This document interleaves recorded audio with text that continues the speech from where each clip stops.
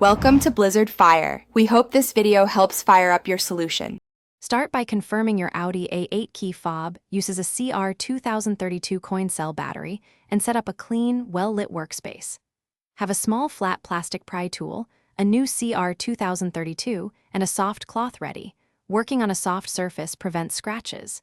Disable nearby magnets and keep the ignition off while you work. Take about 5 minutes and avoid rushing.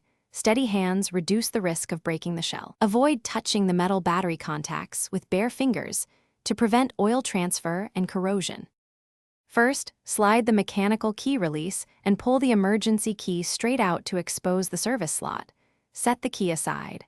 Locate the seam between the two halves of the fob body and gently insert the small, flat plastic pry tool into that seam near the emergency key slot.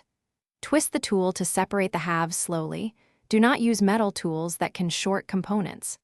As the top comes apart, note the battery orientation and any small retaining clip, so you can reassemble with the positive side up. Gently lift the old CR2032 out with the plastic tool or fingertip and dispose of it properly. Insert the new CR2032 with the positive side facing up and ensure it sits flush. Reposition any retaining clip. Align the two shell halves and press them together until you hear a firm click.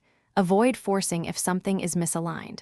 Slide the mechanical key back into its slot. Test the remote functions. Lock, unlock, and trunk release from about 3 to 5 meters to confirm the battery and antenna contact. Thanks for watching. If you found this helpful, don't forget to like and subscribe.